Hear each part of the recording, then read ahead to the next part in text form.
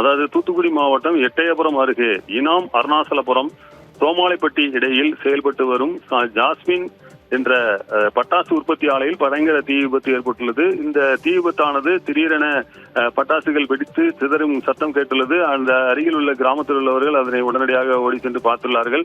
இந்த தீ விபத்தில் ஒரு 4 கட்டிடங்கள், அந்த பட்டாசு ஆலையில் உள்ள 4 கட்டிடங்கள் வெடி விபத்தில் சேதமடைந்துள்ளது. ஊழியர்களுக்கு எந்த சேதமும் ஏற்பட்டுள்ளதா என்ற விவரம் எதுவும் இதுவரை தெரியவில்லை. அந்த பகுதி முழுவதுமே புகை மண்டலமாக காணப்படுவதால் உள்ளே யாரும் செல்ல முடியாத நிலை ஏற்பட்டுள்ளது. உடனடியாக தூத்துக்குடி மாவட்டம் கோவில்பட்டியில் இருந்து அந்த தீயணைப்பு துறையினர் விரைந்து சென்று தீயை அணைத்து வருகின்றனர். இந்த தீயணைப்பு வாகனங்களில் இருக்கும் தீயணைப்பு வீரர்கள் அணைக்கும் பணியில் ஈடுபட்டு வருகின்றனர். இப்பொழுது சேத விவரங்கள் எதுவும் இதுவரை தெரியப்படவில்லை.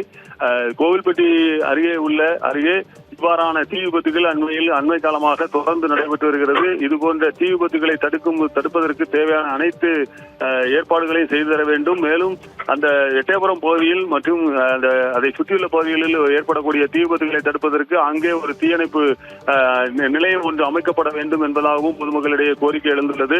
இந்த தீ விபத்தில் இப்போதைக்கு 4 கட்டிடங்கள் இடிந்து சேதம்.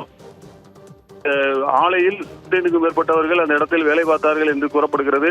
இந்த தீ விபத்தில் அந்த நபர்களுக்கு யாரும் தீ விபத்தில் ஏதாவது சேதம் அடைந்துள்ளனரா அல்லது அவர்கள் அதிர்ஷ்டவசமாக தப்பியுள்ளனரா என்பது குறித்து செய்திகள் எதுவும் இதுவரை வெளிவரவில்லை. இப்போதைக்கு அந்த தீயை அணைக்கும் பணியில் ஈடுபட்டு வருகின்றனர். புகை மண்டலமாக காணப்படுவதால் சேத விவரம் இல்லை என்பதாக தெரிகிறது. நிகிதா.